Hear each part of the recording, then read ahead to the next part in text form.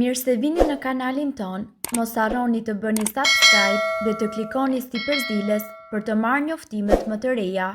Faleminderit! Habit mjeku, një muaj para atakut në zemër, trupi do ju paralajmëroj këto 6 shenja. Nëse injoroni këto shenja, do të rrezikoni jetën tuaj. Kuptoni trupin tuaj me seriozitet. Pothuajse 50% e njerëzve që kanë përjetuar sulm në zemër pohojnë se kanë patur simptoma rreth një muaj më parë, por shumica prej tyre nuk i kanë kushtuar vëmendje dhe kjo neglizhencë ndoshta ju ka kushtuar shumë në jetë. Disa nga pacientët që i kanë mbijetuar sulmit në zemër kanë dëshmuar se një muaj më parë kanë patur simptoma si vështirësi në frymëmarrje dhe dhimbje e rëndë në krahëror. Meshkujt janë më të prirur për dhimbje në krahëror ndërsa femrat vështirësi në frymëmarrje. Tek meshkujt mund të paraqitet edhe problemi i cili ka të bëjë me ngushtimin e enëve të gjakut. Femrat rreth 70% janë më të prirura për ndjesinë e lodhjes së fuqishme dhe afatgjatë, madje edhe disa javë para sulmit.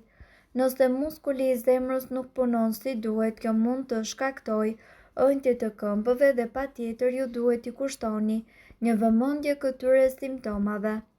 Ja 6 shenjat paralajmëruese të cilat mund të ndodhin një muaj më herët para se të përjetoni sulm në zemër. Lodhje. Nëse arteriet tuaja ngushtohen në zemra juaj, merr më pak gjak se ç'është mësuar dhe si rezultat i kësaj funksionon me shumë vështirësi.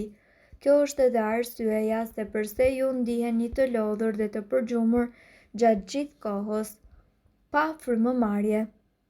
Nëse zemra juaj punon më pak gjak, kjo nënkupton se muskujt tuaja po marrin më pak oksigjen se normalja. Nëse ju keni probleme me frymëmarrjen, atëherë me patjetër duhet që të kontaktoni mjekun tuaj sa më shpejt që të jetë mundur, sepse kjo do të thotë që po i afroheni kohës së pësimit të ndonjë sulmi në zemër. Plogështi.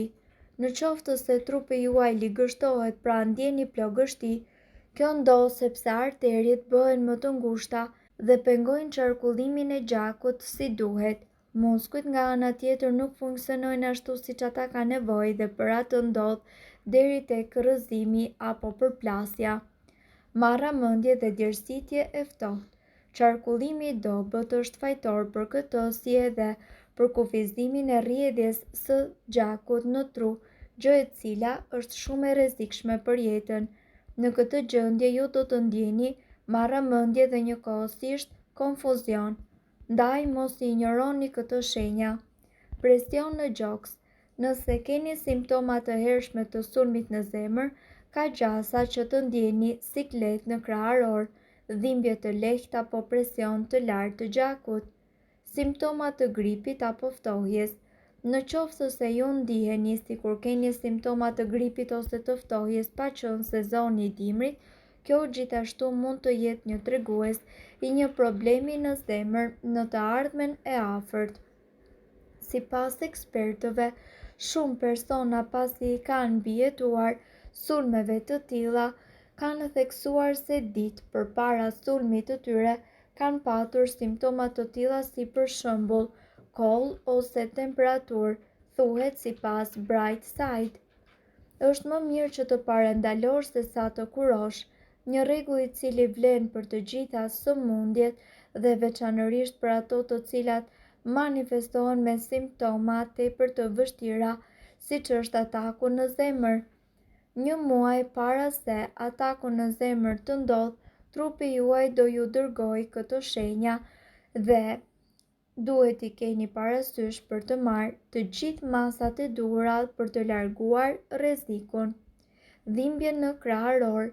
Sipas ekspertëve, dhimbja në krahëror manifestohet në forma dhe intensitet të ndryshëm tek meshkujt dhe te femrat. Për meshkujt është simptoma më e rëndësishme e hershme e një ataku kardiak të afërt dhe nuk duhet të injorohet. Përkundrazi, prek vetëm rreth 30% të grave. Dhimbja e krahërorit mund të shtrihet në njërin ose të dy krahët më së shpeshti, në krahun e majt, nofullën e poshtme, qafën dhe gjithashtu shpatullat ose stomakun.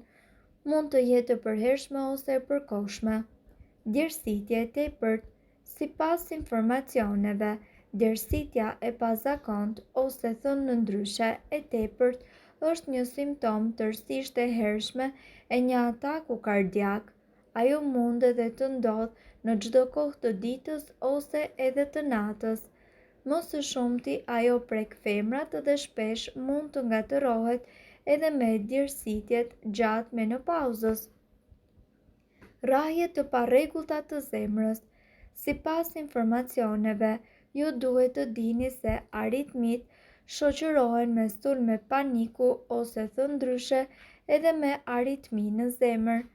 Ato shfaqen papritur dhe marrin formën e rrahjeve të çrregullta të zemrës ose të takikardisë. Ushtrimi gjithashtu mundet që të rrisë rrahjet e zemrës tuaj, veçanërisht tek njerëzit të cilët vuajnë nga ateroskleroza. Simptoma zgjat rreth 1 deri në 2 minuta. Nëse nuk qetësohet, ju mund të ndjeni të trullosur dhe shumë të lodhur, ndaj duhet të telefononi menjëherë një mjek. Rënja e flokëve. Kjo po ashtu është një tjetër tregues i rreziku të mundshëm të një sulmi në zemër. Më së shpeshti prek meshkujt mbi moshat 50 vjeç, por mund edhe të ndodhë tek femrat. Rënja e flokëve nga ana tjetër mund të shoqërohet gjithashtu edhe me nivele tepër të larta të kortizolit në trup, ndaj ju duhet që t'i kushtoni një vëmendje të madhe sidomos rënjes së flokëve. Ndërkohë, mund të keni dhe frymëmarrje të shkurtër. Ndodh shpesh si tek meshkujt ashtu edhe tek femrat dhe fillon qysh 6 muaj para një ataku kardiak.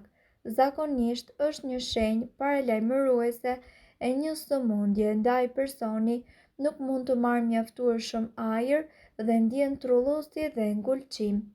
Pagjumësia, një tjetër simptom e lidhur me rrezik të shtuar të atakut në zemër ose goditjes në tru, është edhe më e zakonshme sidomos tek gratë. Personi ndihet në ankth për të fjetur dhe njëkohësisht ka zgjime tepër të shpeshta. Sipas informacioneve mund të keni dhe dhimbje barku.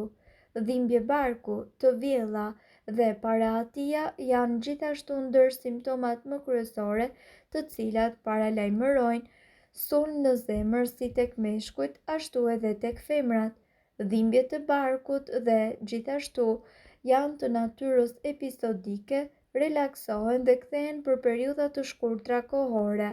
Ushtrimi mundet që t'i përkeqësojë dhimbjet e stomakut. Lodhja.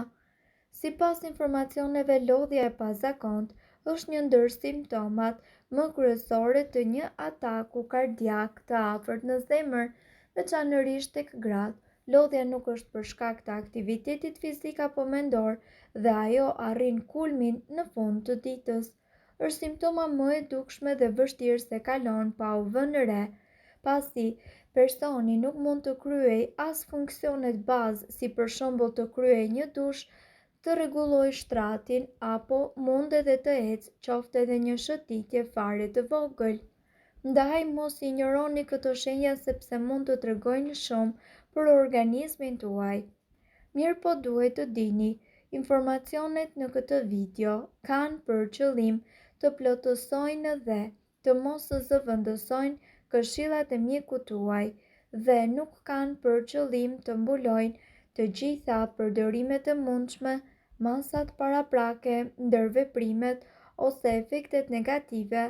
Informacionet në këtë video mund të mos i përshtaten rrethanave tuaja shëndetësore, prandaj para përdorimit konsultohuni me mjekun tuaj.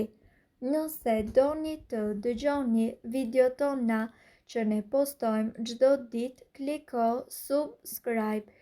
Ju ftojmë gjithashtu të bëni like në videot tona nëse i keni dëgjuar dhe pëlqyer ato.